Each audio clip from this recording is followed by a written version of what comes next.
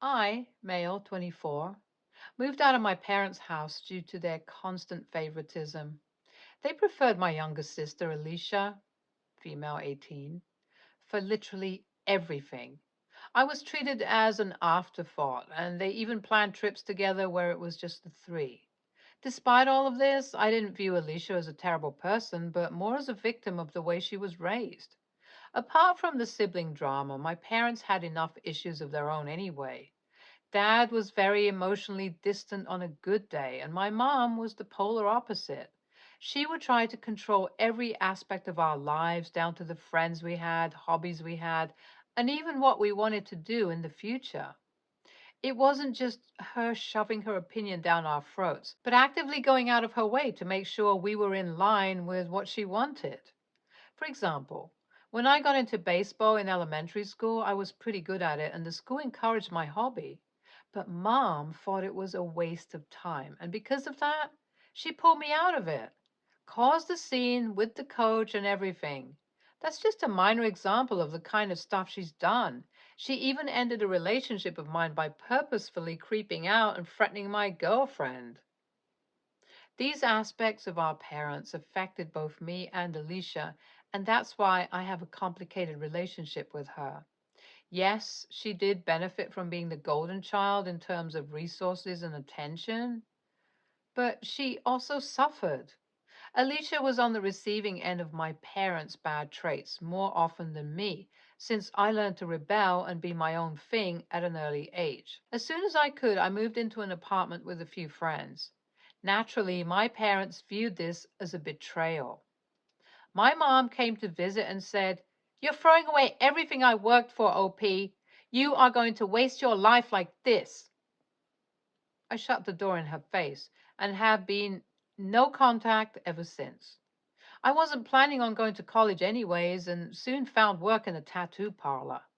Eventually, I worked my way to an apprenticeship, met my girlfriend Bryn, and started my own business. Things are looking up for me, and just last year, my girlfriend and I welcomed our son Bruce into the world. Overall, I would say that leaving my parents behind was the best decision I made. I still kept in touch with Alicia and knew that she had gone to UCLA for college. I kept up with her, but she was quite distant with me, and there wasn't much for us to talk about. Despite the distance, though, I always told her that she was welcome to keep in touch with me, unlike our parents. This came into play last month when Alicia called me and told me that she's flying into Albuquerque, where we live. She sounded really distraught on the call and asked me if she could crash at my place. I agreed and decided to comfort her first and get details on what had happened later. After Alicia got settled in, she told me that mom and dad had banned her from coming back to their house permanently. She had already booked her ticket to come back home for summer break, and it left her stranded. When I asked her why they had done this, she said that mom threw a fit because she was contemplating a major that our parents didn't consider valuable. This banning was a power play to make sure that Alicia lived within their rules. At least that's how she presented it, and that's how I bought it. Bryn and I decided it would be okay to let my sister stay over for the summer break. And when, if she was ready, she could try and patch things up with our parents. However, in the span of 1 month, I've realized that my sister is extremely entitled and spoiled. That figures since she was basically raised with all the luxuries of an only child. But the extent to which she had become spoiled was a shock to me. She couldn't do basic chores, spent all her free time partying and messing around, and was extremely irresponsible. Cleaning up after her and watching her blow through our groceries without a single thank you for having me was tough to watch. However, I still thought I was doing the right thing, keeping her with me as opposed to the alternative. At the time, I had Alicia with me. I didn't have any contact with my parents either. For me, personally, I would be dead against speaking to them for anything. However, sometimes I feel like I should hear them out for this because Alicia seems really sketchy whenever I ask her about her college. She changes the topic or deflects. All that tension finally built up after I shouted at her for not taking care of my son.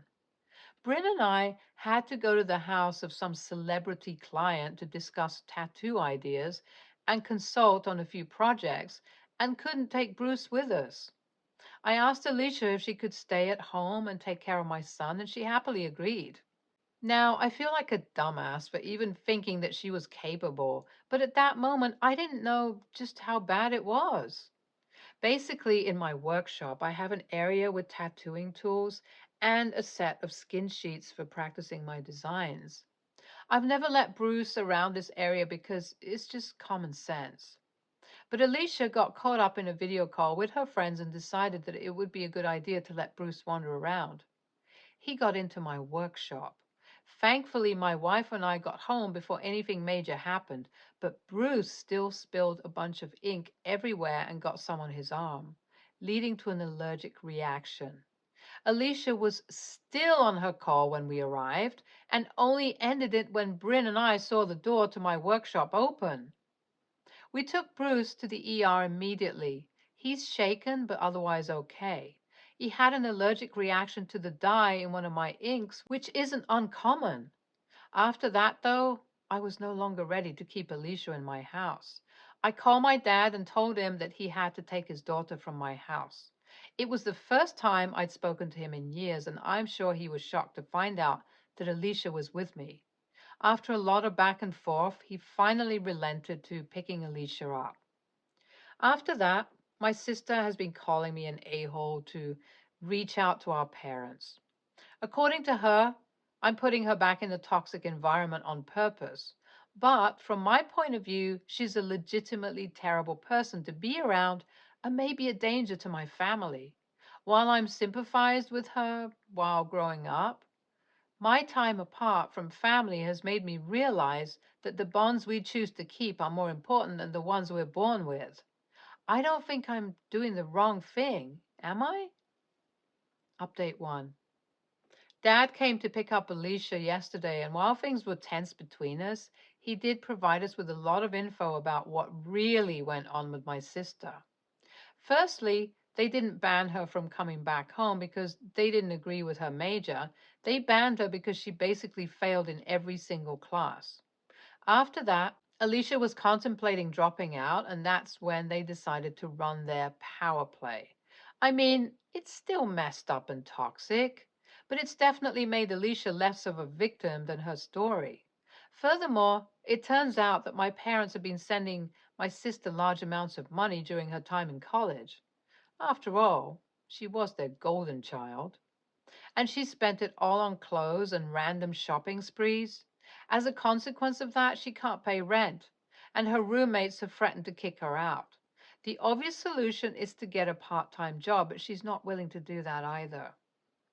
Dad was grumbling about the whole thing as if Mom and his pampering didn't contribute directly to Alicia's behavior. I told him as much, and he was pissed.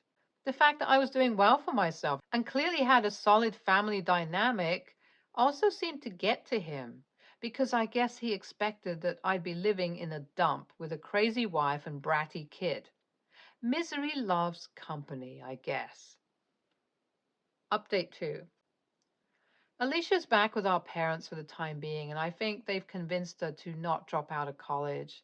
I don't know whether they're going to be paying for her rent, but that does seem to be the case. I guess they don't want her to deviate from her path, even though it's clear she's not happy there. It's bad for my parents and it's bad for my sister, but I feel like I'm mentally checked out from all this.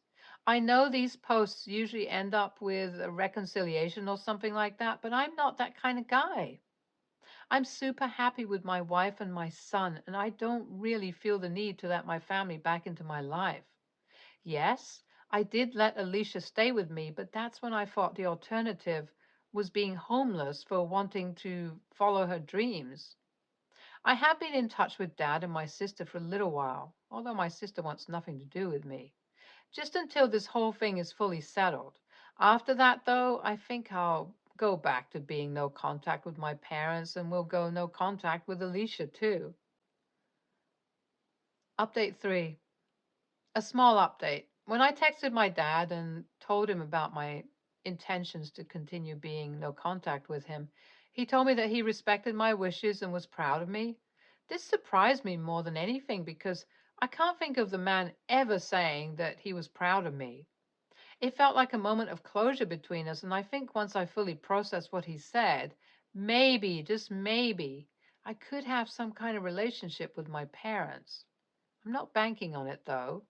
As I said, my number one priority is my new family, and I would like to know that the change in my heart from dad is consistent and not a moment of emotion. I mean, he was literally the polar opposite when he came to visit, and that's still fresh in my mind. Any advice would be appreciated. NTA, and I have to say, it's amazing how you built your life up like that.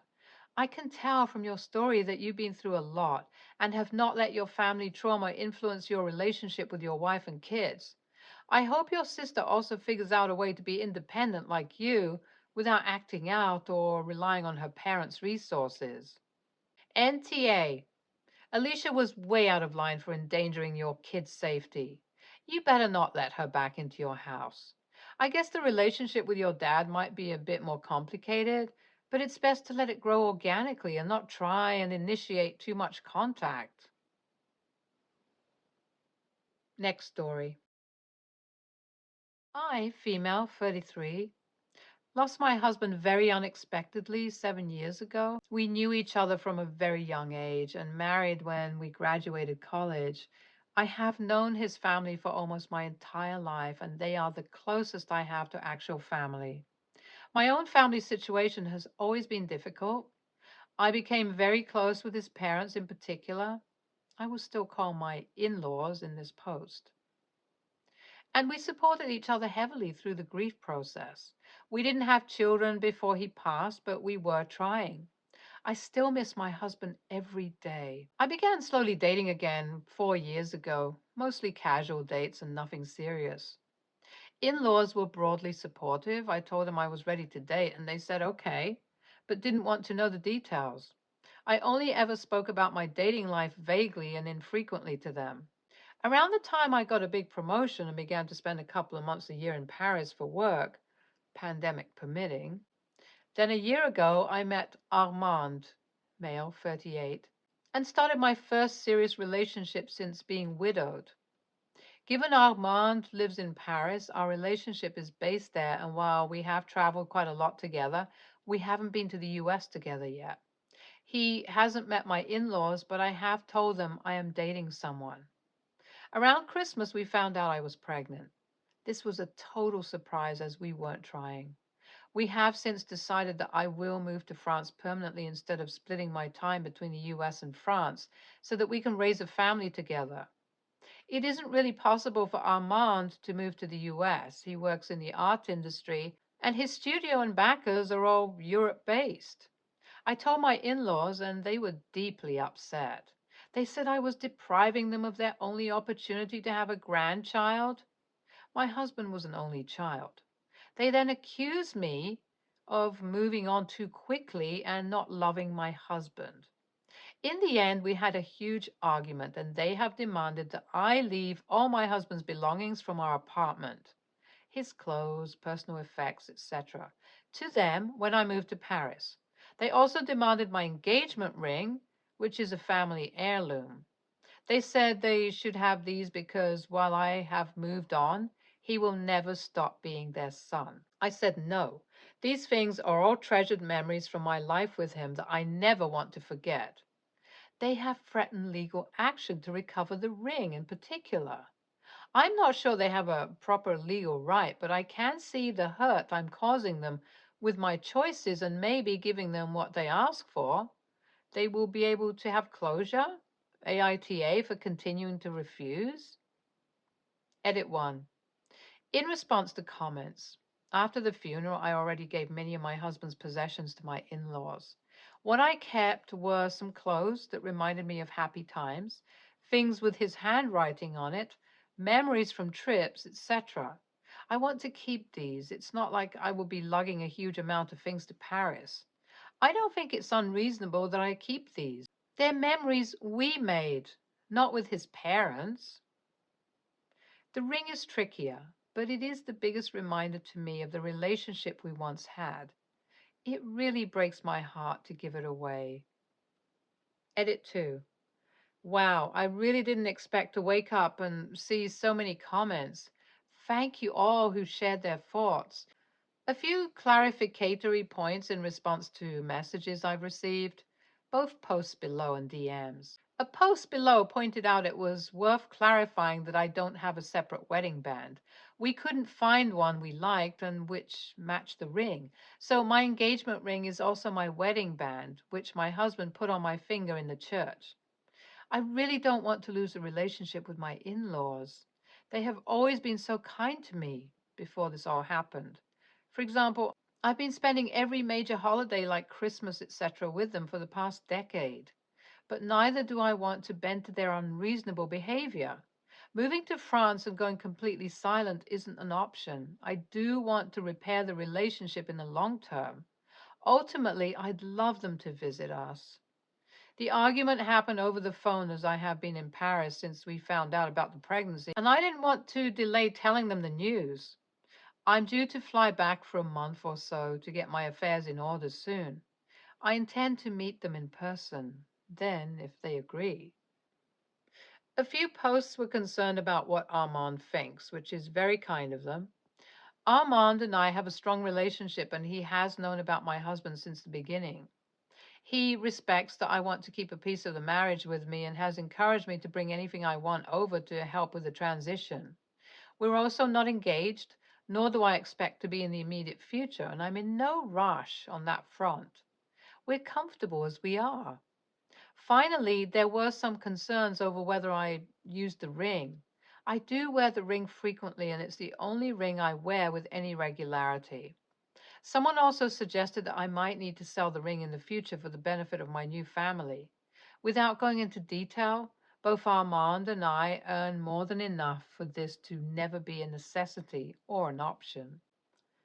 NTA, I can sort of understand the engagement ring since it was a family heirloom, but because you are now happy again doesn't mean you've forgotten your husband or don't love him. But he is gone, and if he was a good person, he would like to see you happy again. The only ones depriving them of a grandchild are they themselves, as you seem more than willing to keep them in your life. I'm going to be in the minority and say NTA. You didn't get into a relationship for several years after your husband died. If there are things you want to downsize on to move across the world that belong to your husband, I would suggest giving them to his parents. I don't see why you would need a closet full of his clothes or all his childhood accomplishments, etc. But the ring, the family ends with them. Your husband was gifted the ring to give to you, and I don't think he would want you to give it back. If they consider your child their grandchild, which is both kind and a little weird, they would want it to go to that child one day, would they not? Keep in touch with them when you move and give them what you can. But he wasn't just their son, he was also your husband. Life is for the living. You're allowed to move on and live your life. NTA, but I'd give them the ring. Are you going to pack up all his things and move them to Paris? Probably not. Keep the things that mean the most and give his parents some. You deserve to be happy. Next story. My girlfriend's parents are supposed to be meeting my parents soon, which is a very big milestone in our relationship. However, my mom is insistent that she brings along her husband and introduces him as my stepfather, dad. My dad died nearly 10 years ago of cancer when I was in my 20s. He was always good to my family and supported us. I'm happy that my mom is remarried to someone who makes her happy and supports her, but I've never considered her current husband to be my father. He's very nice, but his efforts to reach out to me remind me of a longtime friend. He's more of a friend or uncle to me than a father. Even after knowing me for so long, I can't say that we're very close. He's never been receptive to my emotional conversations and was very distant when I would get depressed about my dad's death. He's a generally nice person, but I don't feel comfortable introducing him to my girlfriend's family for other reasons. He's traditional, believes in the working man, homemaker, wife dynamic. and has made comments about working women being unable to raise their kids to my mom and me. He dislikes how my girlfriend flaunts her intelligence and lectured him for making a sexist joke when she was visiting. However, he is civil and polite to her when she's around. He told my mom it would be an honor to meet my girlfriend's parents. He considers himself to be like a father to me. Undeniably, he's helped out my family and me a lot, but he doesn't try to emotionally connect with me that much. My girlfriend resembles her mom strongly, as they are both hard workers and have sought higher education. However, they are both serious people and are not easygoing, so there may be some conflict between them and my mom's husband. Additionally, my girlfriend and her parents have no interest in meeting him, as I've told them repeatedly that I don't consider him a father. My girlfriend's mom even went so far as to say it would be offensive, rude, to bring him along. They consider step parents to be valid parents, but don't think my stepfather should come along if I don't think he's like a father to me. They were more receptive to the idea of visiting my father's gravesite and paying their respects than meeting my stepfather. However, my mother is adamant that my stepfather come along, otherwise she won't meet my girlfriend's parents. She believes I am being rude and denying my stepfather's importance in the family. She's offended that I'm embarrassing him in front of her future in-laws and that I'm maliciously excluding him. Edit. There are some other things I should clarify. Other reasons I do not wish to include my mom's husband in this meeting is that he is an anti-vax conservative who dislikes immigrants. My girlfriend's parents are immigrant doctors. He also doesn't know about my girlfriend's line of work, which her parents are very vocal about, and he wouldn't take kindly to it either. Additionally, my girlfriend isn't allowed at family events for my family, like Christmas and Thanksgiving, because I am not married to her, according to my stepfather and mother, who are traditional Catholics. Edit. I know my calling my mom's husband nice wasn't a great step. I was thinking from the perspective that my mom calls him nice and polite, and that she's all I care about in my immediate family right now. And I'm used to calling him nice for her sake. Edit. I talked with my oldest sister and brother-in-law about it, and it did not go well. Just because your mom married someone doesn't mean you have to consider them your father. You are well past any developmental age where you would have had a better chance to connect in that way. If your mom is adamant that she will not meet your girlfriend's parents without him, then you might have to tell her that she will get her wish, but not the way she wants. This is supposed to be a fun, pleasant time, not a time for arguments.